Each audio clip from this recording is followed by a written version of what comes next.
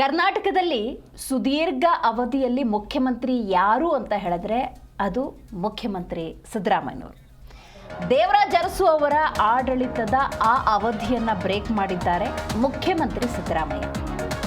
ಯುವ ಅಹಿಂದ ಒಕ್ಕೂಟದಿಂದ ಸಂಭ್ರಮ ಮನೆ ಮಾಡಿದೆ. ಈ ನಿಟ್ಟಿನಲ್ಲಿ ನಾಟಿ ಕೋಳಿ ಔತಣಕೂಟ, ನೆಲಮಂಗಲದ ಭಕ್ತನಪಾಳ್ಯದಲ್ಲಿ ಭರ್ಜರಿ ಬಾಡೂಟದ ವ್ಯವಸ್ಥೆಯನ್ನು ಮಾಡಲಾಗಿದೆ. ಸಿಎಂ ಅಭಿಮಾನಿ ಬಳಗ ಅಹಿಂದ ಒಕ್ಕೂಟ ಸಂಭ್ರಮದಲ್ಲಿದೆ. ಸುಮಾರು 5,000ಕ್ಕೂ ಹೆಚ್ಚು ಜನರಿಗೆ ನಾಟಿ ಕೋಳಿ ಊಟವನ್ನು ಬಡಿಸಲಾಗುತ್ತೆ. ಹೌದು, ಇವತ್ತು ಯುವ ಅಹಿಂದ ಒಕ್ಕೂಟದಿಂದ ಬಹಳ ದೊಡ್ಡ ಮಟ್ಟದ ಔತಣಕೂಟವನ್ನು ಏರ್ಪಡಿಸಲಾಗಿದೆ. 5,000 ಮಂದಿಗೆ ಅನ್ನೋದು ಸದ್ಯಕ್ಕಿರುವಂತಹ ಮಾಹಿತಿ. ಇಲ್ಲಿ ಸ್ಟೇಜ್ ಸಂಭ್ರಮಕ್ಕಿಂತ ಹೆಚ್ಚಾಗಿ ಔತಣಕೂಟಕ್ಕೆ ಆದ್ಯತೆಯನ್ನು ಕೊಡಲಾಗಿದೆ. 15 ದಿವಸಗಳಿಂದಲೇ ಭರ್ಜರಿ ತಯಾರಿ ಕೂಡ ಆರಂಭ ಆಗಿತ್ತು. ನಿನ್ನೆ ರಾತ್ರಿಯಿಂದ ಮುದ್ದೆ ತಯಾರಿ ಕಾರ್ಯ ಕೂಡ ನಡೆದಿದೆ. ಸಿದ್ದು ಅಭಿಮಾನಿ ಬಳಗದ ಸಂಭ್ರಮ ನೋಡಿ ಹೆಂಗಿದೆ.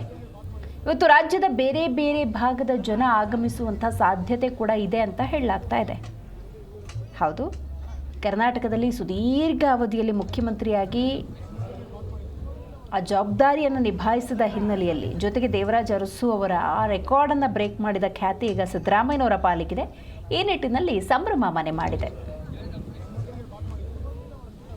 ಈ ಬಗ್ಗೆ ಹೆಚ್ಚಿನ ಡೀಟೇಲ್ಸ್ ಅನ್ನು ನಮ್ಮ ಪ್ರತಿನಿಧಿ ಭವ್ಯ ನೀಡ್ತಾ ಹೋಗ್ತಾರೆ. ಭವ್ಯ, ಕರ್ನಾಟಕದಲ್ಲಿ ಸುದೀರ್ಘ ಅವಧಿಯಲ್ಲಿ ಮುಖ್ಯಮಂತ್ರಿಯಾಗಿ ಆ ಸ್ಥಾನವನ್ನು ಅಲಂಕರಿಸಿದ ಖ್ಯಾತಿ ಈಗ ಸಿದ್ದರಾಮಯ್ಯನವರಿಗೆ ಸಲ್ಲತ್ತೆ. ಈ ನಿಟ್ಟಿನಲ್ಲಿ ಭರ್ಜರಿ ಬಾಡೂಟದ ವ್ಯವಸ್ಥೆ, ಇವರ ತಯಾರಿ ಹೆಂಗಿದೆ, ಯಾವ್ಯಾವ ಭಾಗದಿಂದ ಜನ ಬರ್ತಾರೆ, ಏನಿದೆ ಇನ್ಫಾರ್ಮೇಶನ್?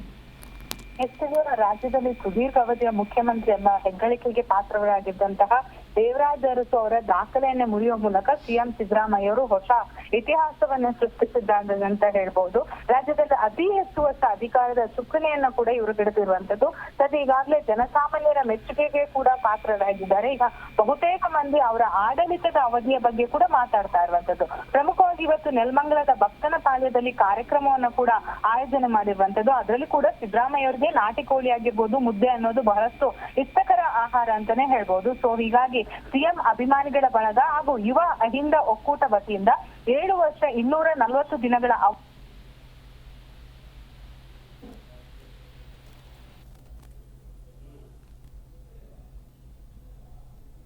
ಸಂಪರ್ಕ ಕಡಿತಗೊಂಡಿದೆ. ಮತ್ತೊಮ್ಮೆ ನಮ್ಮ ಪ್ರತಿನಿಧಿಯನ್ನು ಸಂಪರ್ಕ ಮಾಡುವ ಎಲ್ಲ ಪ್ರಯತ್ನವನ್ನು ಮಾಡೋಣ. ಇತ್ತು ಕಡೆ ನೋಡುವುದಾದರೆ ಕರ್ನಾಟಕದಲ್ಲಿ ಸುದೀರ್ಘ ಅವಧಿಯ ಮುಖ್ಯಮಂತ್ರಿ ಯಾರು ಅನ್ನೋ ಪ್ರಶ್ನೆಗೆ ಉತ್ತರ ಮುಖ್ಯಮಂತ್ರಿ ಸಿದ್ದರಾಮಯ್ಯನವರು. ಸೊ ಈ ನಿಟ್ಟಿನಲ್ಲಿ ಸಂಭ್ರಮ ಎಲ್ಲ ಕಡೆ ಇದೆ. 5,000ಕ್ಕೂ ಹೆಚ್ಚು ಮಂದಿ ಬರ್ತಾರೆ ಅನ್ನುವಂತಹ ನಿರೀಕ್ಷೆ ಕೂಡ ಇದೆ ಈ ಬಾಡೂಟದ ಔತಣಕೂಟಕ್ಕೆ. ರೈಟ್, ನಮ್ಮ ಪ್ರತಿನಿಧಿ ಭವ್ಯ ಮತ್ತೆ ಸಂಪರ್ಕಕ್ಕೆ ಸಿಕ್ಕಿದ್ದಾರೆ. ಭವ್ಯ, ಪ್ಲೀಸ್ ಕಂಟಿನ್ಯೂ. ಎಸ್ಟಿಗೆ ಸಿಎಂ ಅಭಿಮಾನಿಗಳ ಬಳಗ ಹಾಗೂ ಯುವ ಅಹಿಂದ ಒಕ್ಕೂಟ ವತಿಯಿಂದ ಈ ಒಂದು ಸಂಭ್ರಮ ಆಚರಣೆಯನ್ನು ಕೂಡ ಆಚರಣೆ ಮಾಡ್ತಾ ಇರುವಂತದ್ದು. ಸೊ ಸ್ಟೇಜ್ ಸಂಭ್ರಮಕ್ಕಿಂತ ಔತಣಕೂಟಕ್ಕೆ ಹೆಚ್ಚಿನ ಆದ್ಯತೆಯನ್ನ ಕೂಡ ಕೊಟ್ಟಿದ್ದಾರೆ. ಸುಮಾರು 15 ದಿನಗಳಿಂದ ಕೂಡ ಭರ್ಜರಿ ತಯಾರಿಯನ್ನ ಕೂಡ ಮಾಡ್ತಾ ಇರುವಂತದ್ದು. ಸೊ ಅದರಲ್ಲಿ ಪ್ರಮುಖವಾಗಿ ಸುಮಾರು 5,000ಕ್ಕೂ ಹೆಚ್ಚು ಜನರಿಗೆ ನಾಟಿ ಕೋಳಿ ಸಾರು ಬಡಿಸೋದಕ್ಕೆ ಸಿದ್ಧತೆ ಮಾಡಿದ್ದಾರೆ. ಅದರ ಜೊತೆ ಮುದ್ದೆ.